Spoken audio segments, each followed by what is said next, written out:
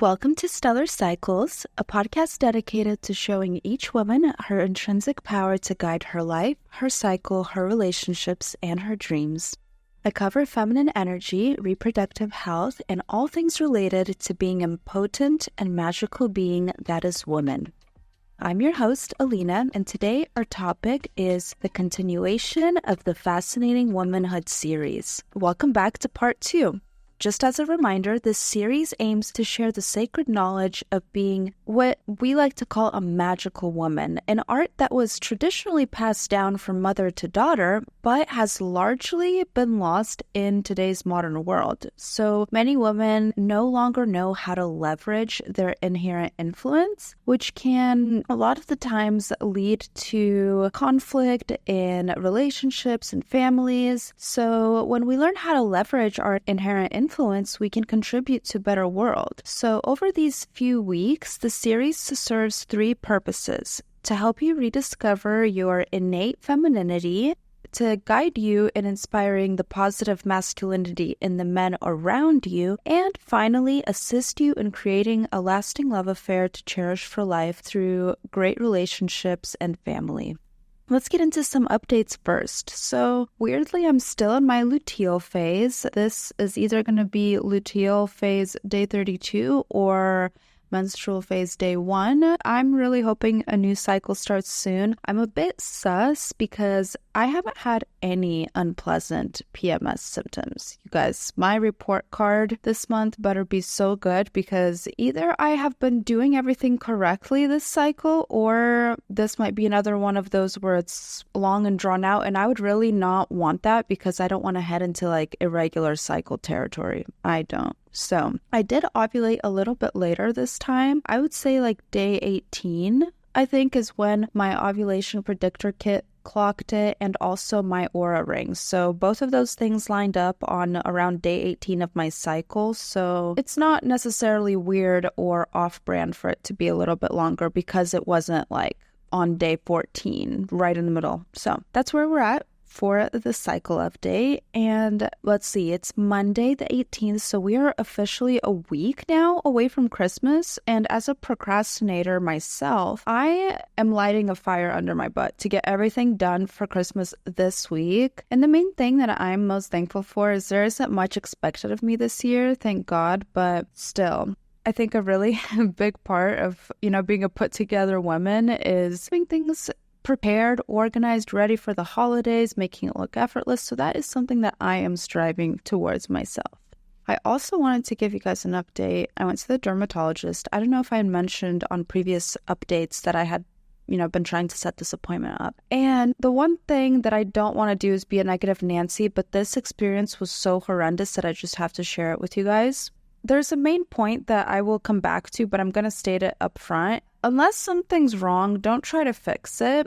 And yes, I did go through a lot with my skin this year. So much. I've talked about it repeatedly on almost every single episode since this podcast started. And at some point, me and Sam were talking, and we were like, yeah, I need to find like an actual dermatologist. Maybe, as good as estheticians are, maybe they can't take it all the way. Maybe you need a doctor to look at this stuff. So I'd been kind of on the search for a dermatologist. But the thing is, when you live in Southern California, there's so many practitioners. It's overwhelming then the amount of choices that you have, and you don't have the time or the money to go through the trial and error of going to one dermatologist and then another, really trying to find that perfect pick. So you really depend on reviews and people's recommendations. So why did I even seek this out? My skin has been getting better recently. I've been so happy with it. My esthetician has been happy with it. But I was like, still, I wanted to accomplish this goal or whatever of getting a good dermatologist. And that is a good goal. You do want a doctor who's able to help you with your skin throughout your life, to make sure that they can check for skin cancer or look at any suspicious moles. It's so much more than shrinking your pores or getting Botox. That's not it at all. It's about the health of your skin, your largest organ. So that's what it was about for me. And my dear darling friend recommended this dermatologist to me. So not her fault at all. I don't even really associate the two, but I was so stoked to get this recommendation because I was like, my friend, she has gorgeous skin, and what a great shortcut to have someone who was vetted.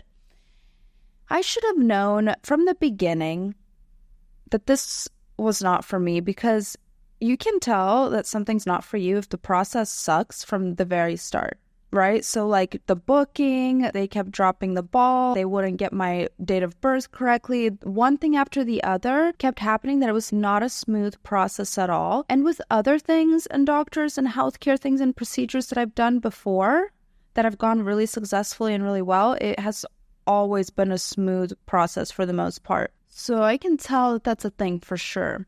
Setting up the appointment was not easy or good. I went in yesterday, and once I got there, the very sweet assistant who took me back, put me in the room, sat me down on the chair, she took down all my information, which I thought was very strange, that an assistant is going to take down the bulk of my information and my questions that I came to talk to a doctor about. But also, having been in the medical field, I kind of had this understanding that this is just unfortunately how it works. The doctor's just going to take a glance at the notes and come in and give you a spiel. So the sweet assistant took down my notes, everything, and me being the organized person that I am sometimes, when it comes to appointments, I just know too how detailed they're going to get with the questions. They want, timelines, they want chronological, they want just as much detail on your history as they can get from you, because patient history is pretty much like the biggest component when it comes to diagnosis or them being able to help you. So I usually come prepared to these appointments, right? So I had pictures, I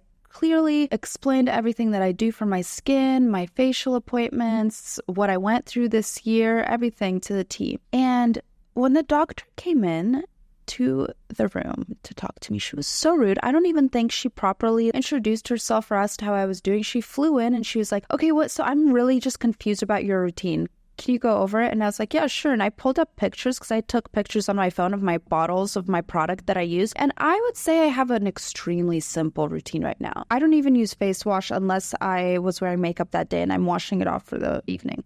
Toner in the morning, vitamin C, sunscreen. Okay? In the evening, face wash, toner, retinol stuff. That's it. Sometimes I'll moisturize.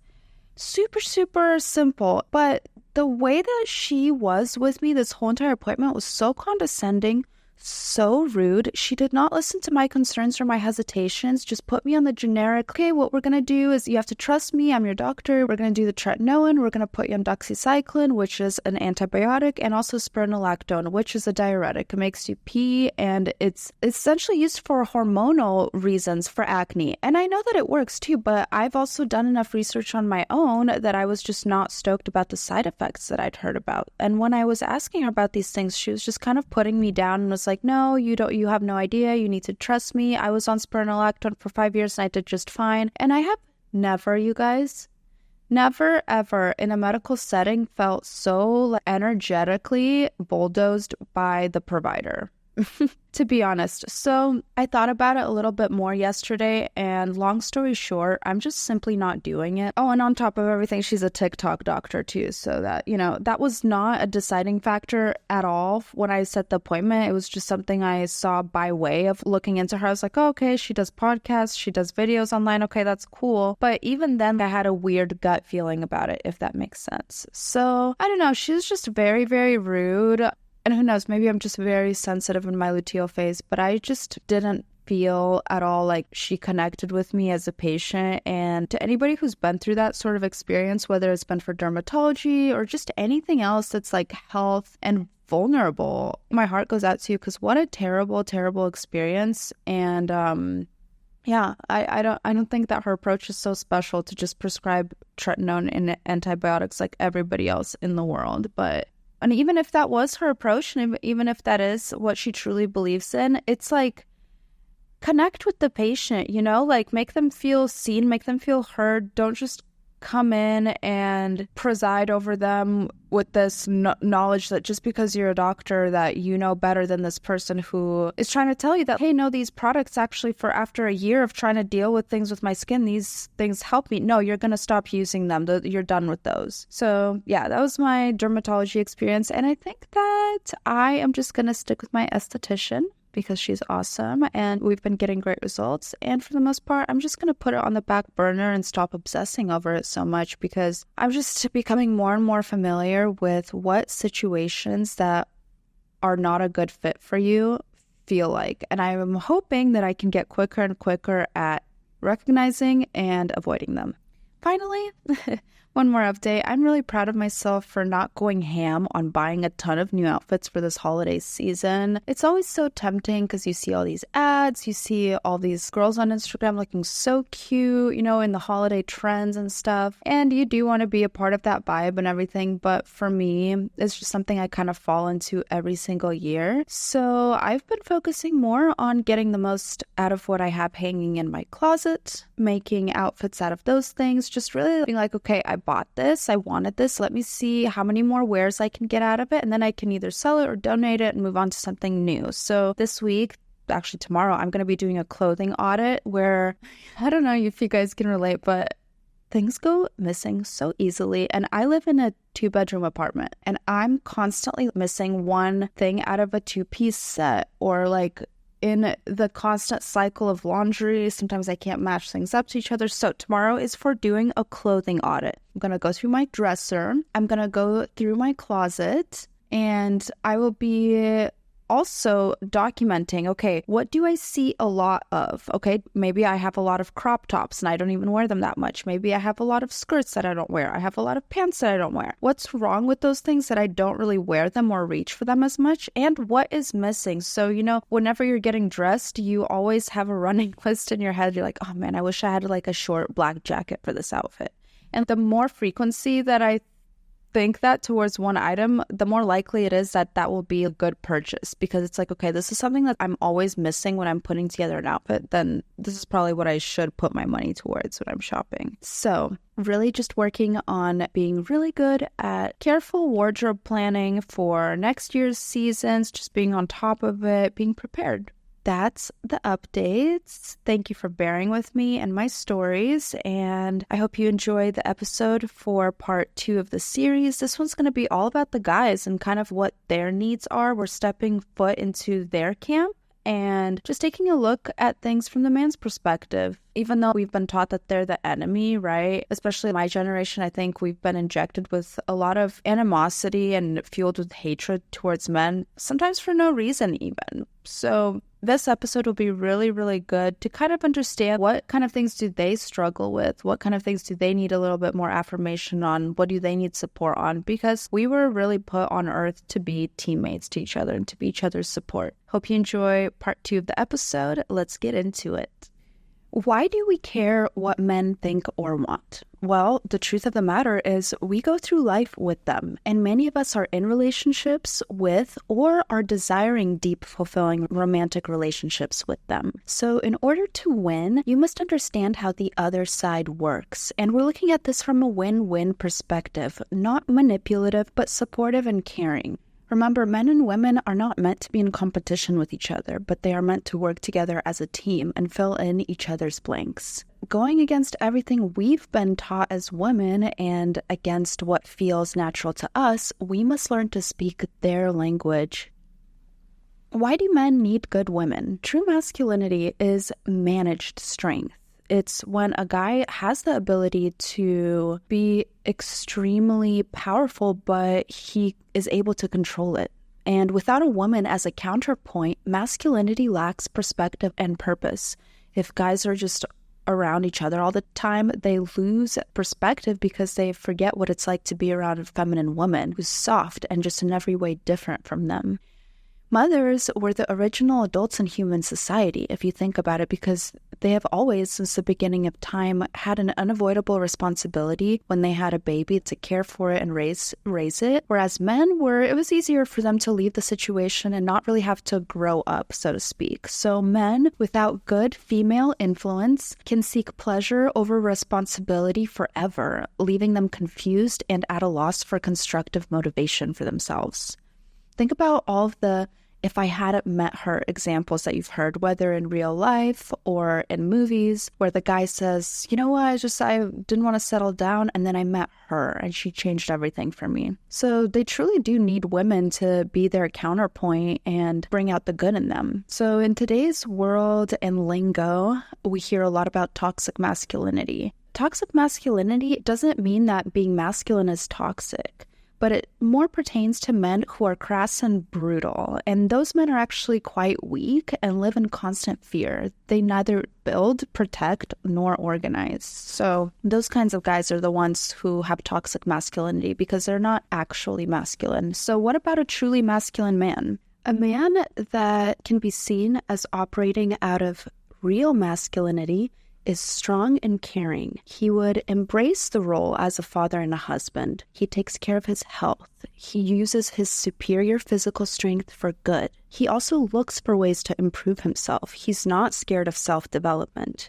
He's able to use his resources wisely, and all of this makes him attractive to you in presentation. While this is sadly the aim of many men in modern society, being a single man can be a joyous and wonderful thing, but he is arrested in his development without the opportunity to serve and protect, which means he never actualizes as a man. He never truly reaches and fulfills his purpose of being a bigger person more than a child, just to play around and have fun, but to take on responsibility and to protect and to serve others. Masculine pride means his instinctive sense of delight and fulfillment in being a competent man in this world. So it's just the feeling of satisfaction with who he is as a man and how he fits into society, into the world, what his rank and his reputation is. So this is the thing that's most important to men, and it's very important for us women to understand. Like I said earlier, today's world has men believing that masculinity is a toxic thing. Kind of how it wants to strip women of their birthright of gentle femininity and wants us to think that being sensitive and tender is an undesirable quality. So have men also been programmed to think that being masculine and being strong is somehow a negative thing. But it's important to remember that no matter what, their pride is very easily wounded. So invalidating his physicality, his body, his social role, or his job, or his relationship role really injures that sense of masculine pride. And this is a major blind spot for women because we love to correct and criticize. But men long to trust the women that they love. So when they get aggressive, it's often to distract from the defensive position that they've been put in. So if you bring something up and they're immediately on the defense, they will often distract with getting angry. But anger is not a primary emotion. Let's remember that. It's often a way for them to cover up their feelings of fear, hurt, or guilt. So a little tip here for women in relationships with men is instead of picking at the issue verbally, win him over with gentle behavior and patience. So that's where that feminine influence really lies. And I mean, we all know it. When men perceive a deficit in themselves, they try their best to hide or deny it. They really don't want to be seen as incompetent by you, especially by a woman that they're romantically involved with. So what are some ways to melt his walls of reserve when he puts them up? Well, you just really want to be open and accepting. So be non-judgmental, really avoid unnecessary criticisms, show sincere interest. So take time to understand what he's into, what he likes to spend his time on, maybe why certain things really bother or annoy him, and take some time too to appreciate his manly qualities. That also builds up the confidence and helps bring down those walls. You can do this while emphasizing your femininity and just really creating that contrast of, he's the manly man and you're the soft woman. And again, these energies really fuse well together.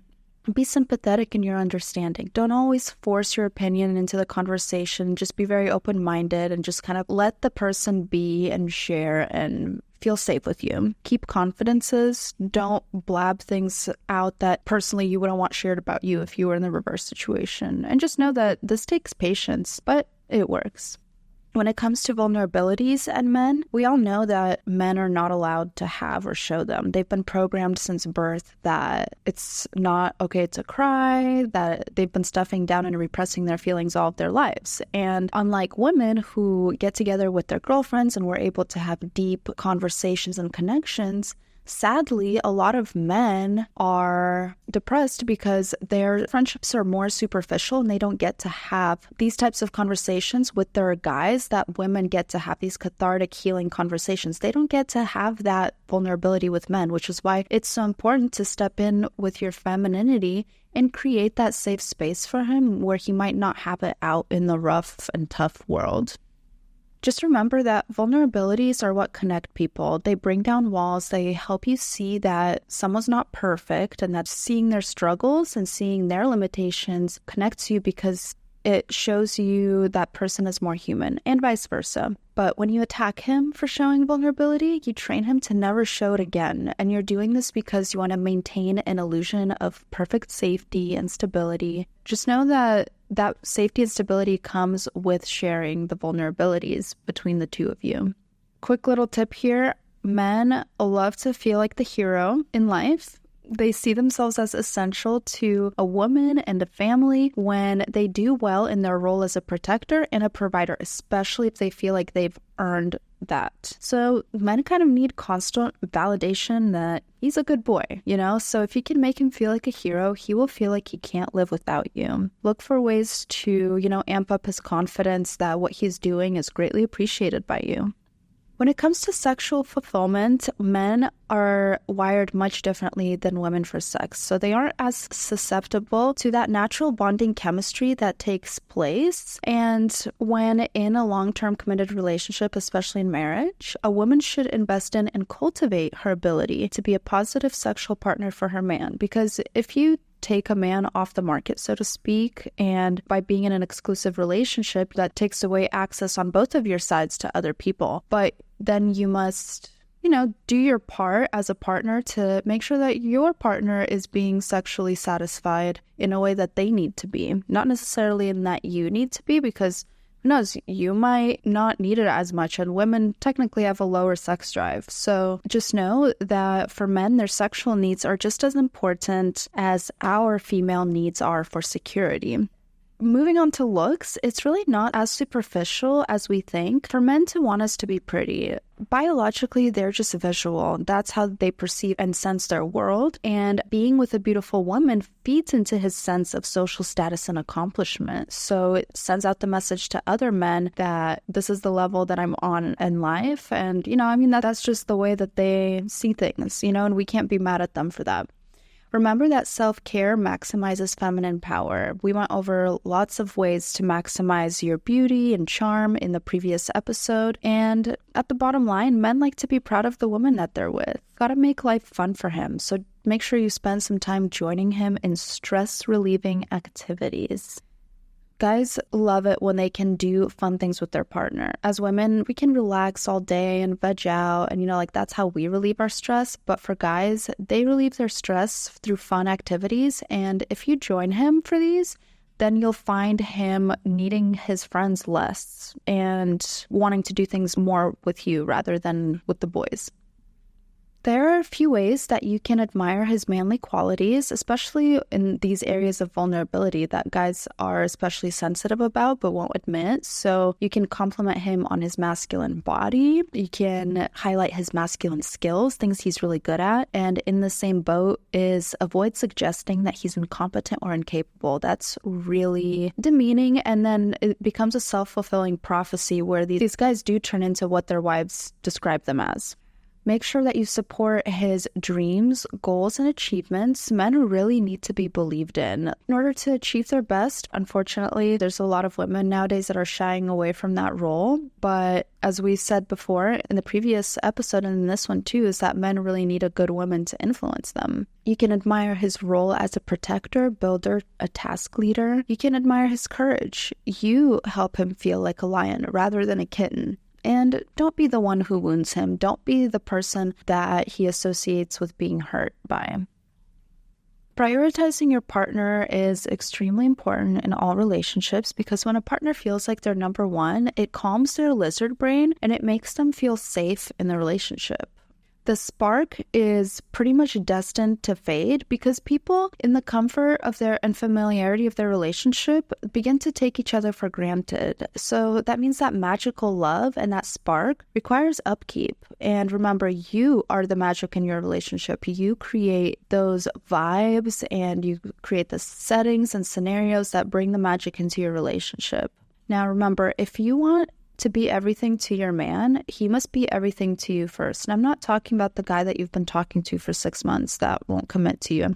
I'm talking about the man who has shown you that he's committed to you and is interested in pursuing a long-term, deep, heartfelt relationship with you, and you want to be everything to him, you can't just expect that to happen by not investing anything in him in return.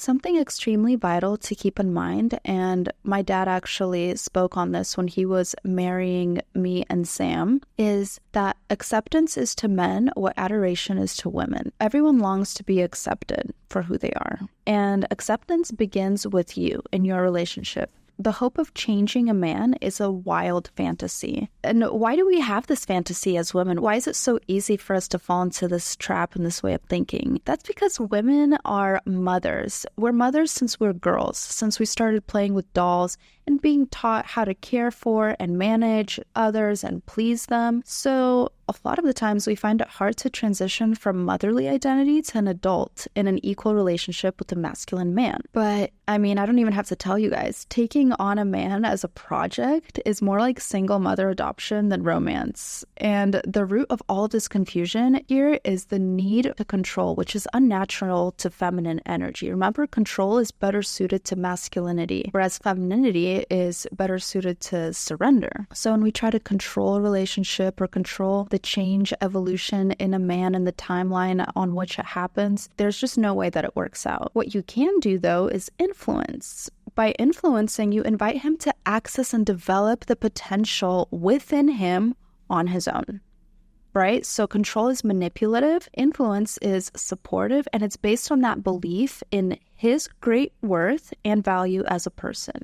Taking choice away from anyone makes them feel like a part of them died, and they will not be happy in a relationship with you. So acceptance begins with you, change begins with you, so change yourself and watch him change himself. There's been a lot of things in my relationship that I craved seeing a change in my partner in, and I've spoke to him about it and reminded him about it constantly, but it never happened. But once I started working on myself and started being more of an example rather than a nagger, it was amazing how quickly he came around. So I just want you guys to know that it does work that way. When it comes to admiration, men are wired to receive emotional reward in recognition of their competence, and they long for it. So honestly, I think that words of affirmation is generally men's love language. They love to hear how good they did at something. When you tell them I love you, it just doesn't hold the same weight to them as it does to women when we hear it. It's just too vague. It's just kind of like, yeah, okay, you love me. What they want to hear specifically is how they've done well at a task. That's really reaffirming to them. Understanding his deepest ambitions can amp up your power in helping him feel supported and manly. So understanding his ambitions means like knowing the root core of why he's pursuing the things he's pursuing, why he's putting the time in, why he's working the late hours. And you can do this through sympathetic understanding, active listening to understand and not just reply, and you show this through your body language, how attentive you are. Men just want us to be their listeners, their sounding boards. Draws him close to you and he can bounce ideas off of you without feeling judged or criticized. In my relationship, I feel that it really brings me and Sam closer together when we can have a conversation where we just racket things back and forth, and it's non-judgmental, non-critical, and we're just open-mindedly discussing ideas. If it comes to situations where maybe some emotion that he's been repressing or not dealing with comes out and he's like letting it out emotionally, it's quite rare for men, but it happens. And the best thing you can do is just listen and let him empty himself. And when he is ready to discuss it, he will. He'll come around and he'll discuss it with you, but probing and picking at the issue only pushes him further away. So to wrap this episode up, we learned that men need good women in order to inspire them to grow up, to feel good about responsibility, and to fulfill their roles as truly masculine men. We know that good men build, protect, organize, and lead, and it's up to us women to bring out the best in them because we set the standard, and that's why it's important that we harness our femininity to help us do so. Contrary to popular opinion, men are incredibly sensitive, and knowing how to maneuver their vulnerabilities and make him feel like a hero will take you very far in your relationship. Remember that admiration can renew a tired romance like magic. When someone feels appreciated, when someone feels seen and heard, they open up and the connection is able to be made. In order to have the best outcome with partners of the opposite sex, we have to learn their language and practice these tips that we learned today instead of defaulting to how we tackle these problems as women with other women. They just simply don't work like us. And we've done a few episodes on that, especially when it comes to communication. Just remember that in order to win, you have to get into the opposition's brain. So that's what we were dedicated to going over today. Next week, we will conclude the series with the combination of femininity and masculinity in what is truly a power couple relationship. So we will talk about how to deal with issues in the relationship, how to maintain a home, how to create a lovely atmosphere, and enjoy a lasting love. So tap in next Monday for the final part to Fascinating Womanhood. Go ahead and give us a follow on Instagram at Stellar Cycles Pod. You can find there in our link in bio a free grocery guide for you based on the phases of your cycle. So every week you will know what foods to eat that support your hormonal balances and help ease symptoms that you might have surrounding your cycle. Or we would really love a rating if you have the time, and I'd love to read your reviews when you leave them. Until then, spread the good word about stellar cycles to your fellow women, and let's all elevate our lives, our cycles, and our dreams together. Till next time, Stellar Cycles out.